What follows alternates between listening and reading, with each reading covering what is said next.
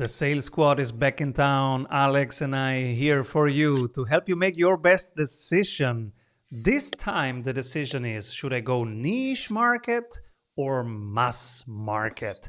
Some people say the riches is in the niches, but other people say, yeah, but it's pretty hard to find my niches, so it's not that easy.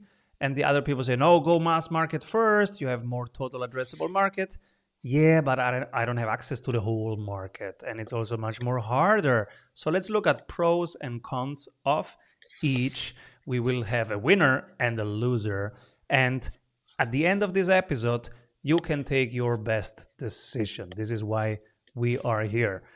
Alex Lowe, certified strategist Prince coach, marketeur, exorbiteur. How did I do it? Excellent. Extraordinaire, I think. Extraordinaire. Marketeur, I'll take one. extraordinaire. And the guy that I ask everything about marketing, and we are here to serve over the next 20 minutes.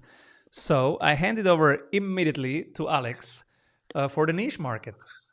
Right, yes, well, I've been giving this a bit of thought. I mean, when we talk about, and you said before, sort of the riches are in the niches, it's a typical kind of marketing saying, and it makes a lot of sense, because basically your business has, an economic engine. And if you go to the mass market, it has a slightly different economic engine, different profit margins than if you go niche market. So it partly depends on what you want your ultimate business to look like. But if we're talking about picking a niche, well, we're talking about a small, targeted, segmented group of people. So immediately, that often means it's easier to test an offering, because if you know the exact market you're going to, you can test if they actually want it, if there's any viability for your product. Whereas obviously if it's mass market, it can be a little bit more difficult to test. You can develop deep expertise in your one particular niche, in your one particular market. You can build credibility and positioning as being the person to go to or the company for that particular niche, which obviously then gives you authority. You can often, there's less competition. I mean, red ocean, blue ocean, it's often the reason we go to niches in the first place. Either identify them or develop them, because we can, we can target them, we can test them, we can find them, and we can create our own space. So the red ocean metaphor is where there's loads of people competing, and the blue ocean is where we carve out a place where we are the one person to go to. And this can also then affect our profit margins, because obviously if you're the one go-to person, supply and demand for your particular niche, if you're the only person really supplying that demand, then you can have higher profit margins. So there's a whole bunch of reasons why it's a good idea to niche. The downsides of niching, I suppose, are that there's always going to be a cap to the number of people you can target. So you obviously want to make sure there's some room for growth in the niche you pick. It could potentially mean higher acquisition costs, or if you're trying to target a very specific person, like somebody up the C-suite, and there's one particular market you can go to, you have to make sure, can I actually reach them? Do they actually have budget? Is my solution, do they actually have a problem I can solve? Do they recognize it? Do they take ownership on it? Are they willing to actually invest in solving it? Do they have the authority? So there's all these questions, and you can potentially be vulnerable to economic shifts. If you're targeting one specific market and market forces change, well, suddenly it's like, oh, we don't have an audience anymore, we don't have a product anymore. And so that can bring issues scaling. Have you ever seen a team succeed by going immediately from the first day the mass market strategy? No. Well, nothing in my reference. I mean, I tend to always work with people who have a specific niche. I mean, it's one of the things I ask when I'm working with somebody is like who you're serving. I mean, if you have the big players, they've generally been around a long time, right? The Walmarts of the world, or the people who everyone is there, they're just targeting everybody. But even then, I don't think they probably start out that way. They start out as the local place or the place to go for X. And then over time, they just decide, okay, we're going to cut prices to drive the mass majority of people become the preferred supplier. So no, I mean, I don't know if you can. I can't think of anybody who started out as I can't mass think market. either. I can only think of people who always started niche, either locally or niche, and then added the adjacent region if it was locally, or they added the adjacent client group. So we are now, if you think even Facebook, which is Yeah. now mass market, started very niche, very locally, just one campus. I think you only really discover there's mass market potential when you niche, don't you? Because like with Facebook, it was a college thing, wasn't it? And then suddenly it became everyone had one, but um, they had to test it on that group, and of course it could have just stayed at that level and been successful. Um, but you have to, even then, you still have to, even if you're going mass market, you still kind of have to find a niche in the sense of positioning. Because even then, so like if we are the lowest cost, or we are this, we are that. So like, Starbucks in a sense has that thing about we're a coffee chain, but we're like your local. We have the velvet couches, we have the place to work.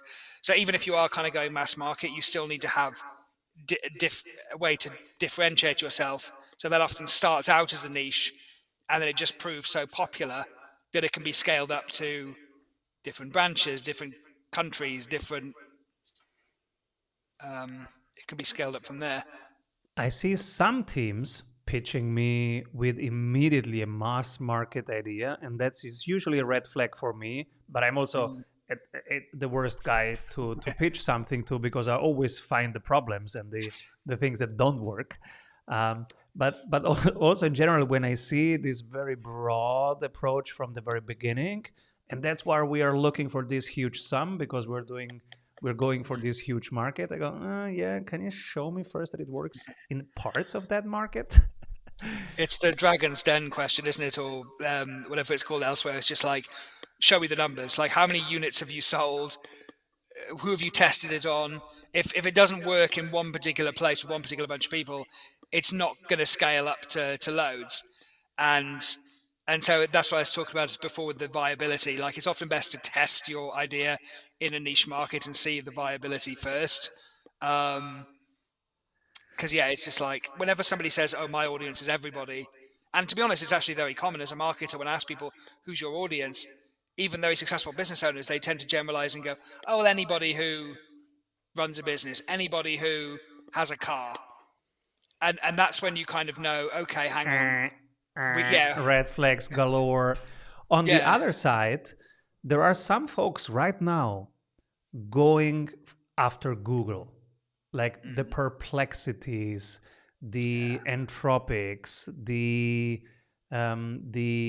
Open AIs, and there is something to be said about that, because if the niche problem that you're trying to solve is how people search for anything, well, then you have to start globally immediately, because you don't have a a segment search. You have search. You're searching for something. Let me search. So what's the one thing that you use? And there's a platform.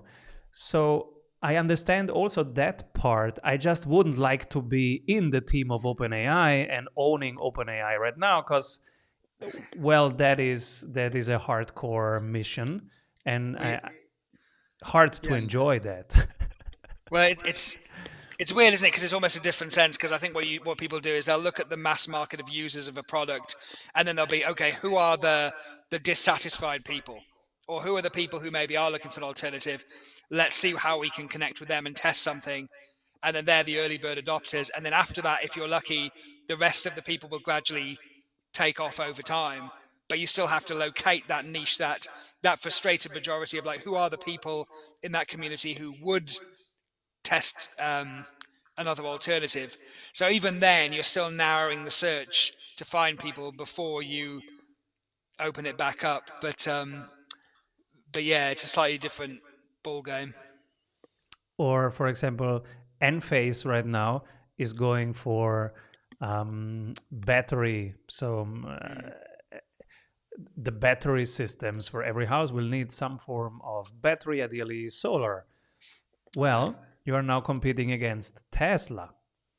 So when you do that, you either accept to have the hardest competitor on the planet that you are competing against, or if you can find, this is the time to segment it down and to say, okay, the Tesla battery will be for houses with this 5 criteria, and we will go for this 5 criteria that they don't do, or it's too expensive for them, or it's too cheap for them, or it's too small for them, or it's too big for them, or there is another differentiation. Otherwise, why would you go the hardest competitive path first if you can find an easier one? No, yeah, 100%. I mean, it that's just it. It comes back to that sort of economic model again. Unless you have the resources and all the other stuff, or just the sheer luck of being in the right time at the right place to suddenly open a mass market, like when the internet boom first started, or the AI boom, or whatever's coming up. Unless you'll manage to ride that wave successfully, it's always best to find that niche group. But as I say, it does have, there are downsides to it. There are things you have to do to kind of protect yourself. Protect yourself in any business, but it's a lot easier to get started and scale up the more you can identify a very specific customer group. Definitely, if you go niche, it's easier to achieve a high pricing power. And I'm a sucker for pricing power. I learned that from Warren Buffett. He would say, whatever you look at in a business, if you can find pricing power, that is the number one thing that you want to have, because that is the foundation for long-term reinvestment, long-term cash flow, defendability of the prices, competitive advantage. He called it even competitive moats. So everything else is downstream from pricing power. If you can command the price, everything else is easier. You have lower cost of acquisitions, you need less marketing, less ad spend, everything works organically, and you have higher profits, and those higher profits you can reinvest. You have more resilience overall. Whatever happens, you have more optionality. So in the beginning, especially if you're starting out, in the beginning, before you have market dominance, I always look for pricing power. What can we do to be in a strong position of commanding the price versus being a price taker? Now, in mass market, you are always a price taker, unless you are the number one in the mass market already. But when you start, you're not number one. So that's the hardest beginning.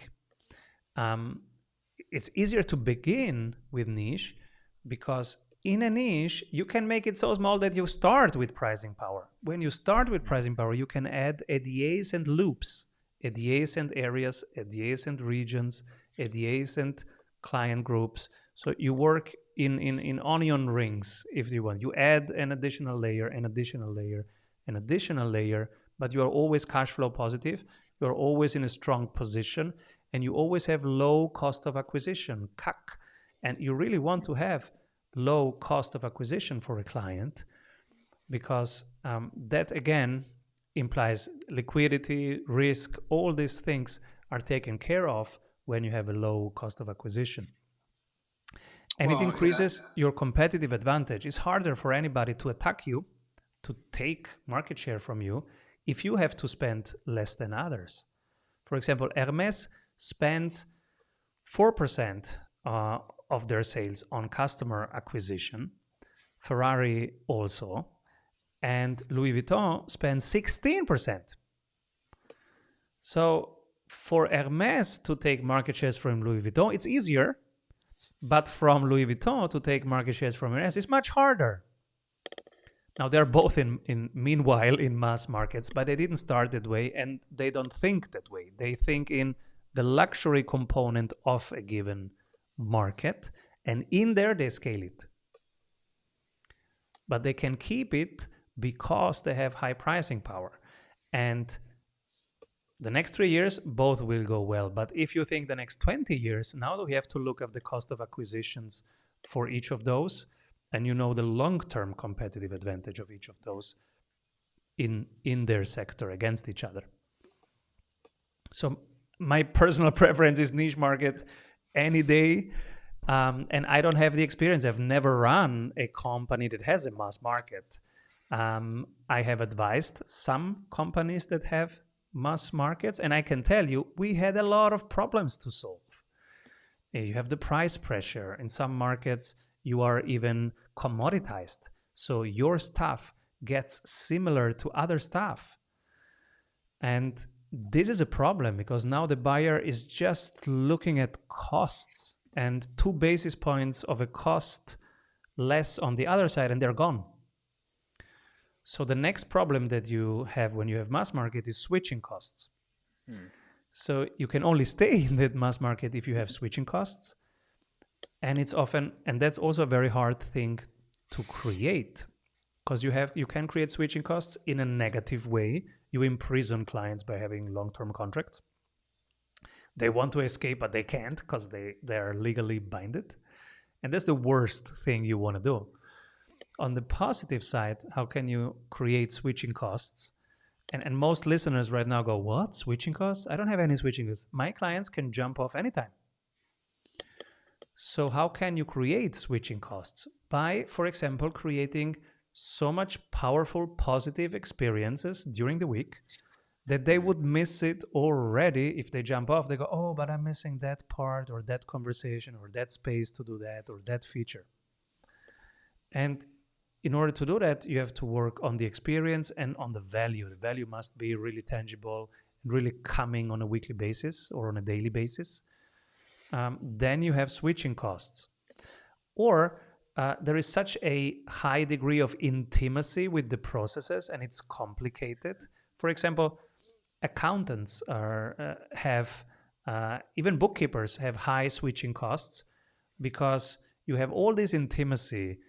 You just say one word and they know exactly what to do with it. You just send something over a receipt and they know immediately where to put it. And that is a high switching cost if you have now to explain everything to the new accountant and bring all this paperwork. At the beginning, the first 2 weeks are terrible because you have to explain everything again until they get to that level of intimacy. So that's a high switching cost. That's probably one prompt to the listeners right now. When you have half an hour, ask yourself this question: how easy it is for your clients to change ship, and what can you create in terms of value so that they don't want to do that.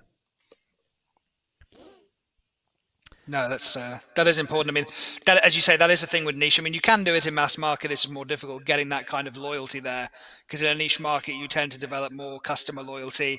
And as you say, with pricing power, if you can command a higher price, higher profit margins, and you can reinvest into the customer experience in ops, into sales and marketing more to acquire a customer, the person who can spend the most to acquire a customer generally wins, because they can become more omnipresent. So, like, yeah, if you have that. If you have that intimacy.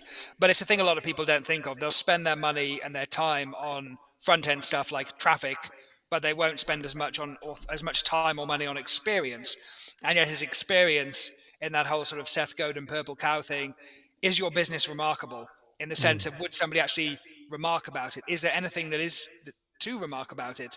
So it's like, if you can put a bit more thought into how do you thrill customers, how do you create a service that is remarkable, um, that often doesn't take much time or money even.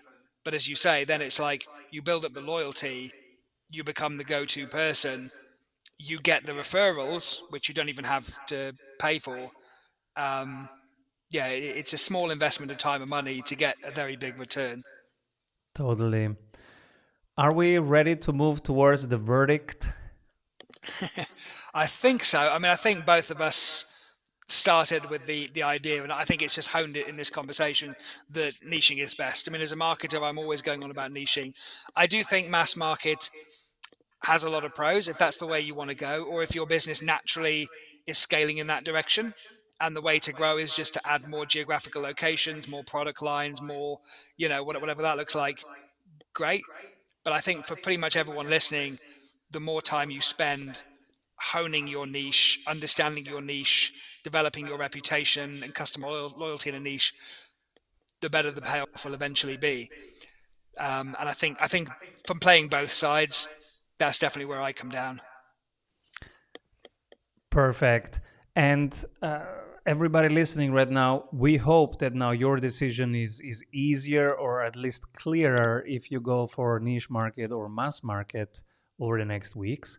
And next week, we are here again with Glenn, and we will discuss, should you invest more into your business or more into assets?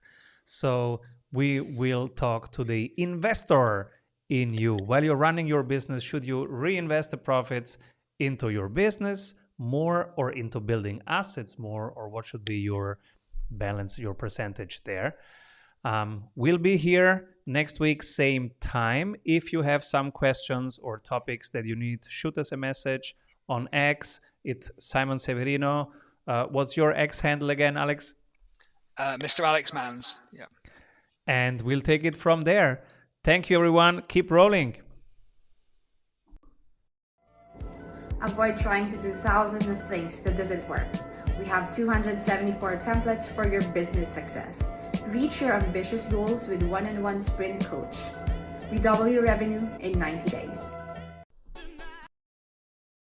Business would run well even when you are on vacation. Discover how 1,600 business owners have regained their freedom using the Strategy Sprints blueprints. How they enjoy living their dream and watching their business scale.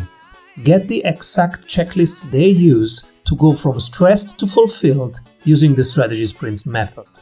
Order your copy of Strategy Sprints 12 Ways to Accelerate Growth for an Agile Business on Amazon today. And if you love it, leave us a review. For more information, head over to strategysprints.com.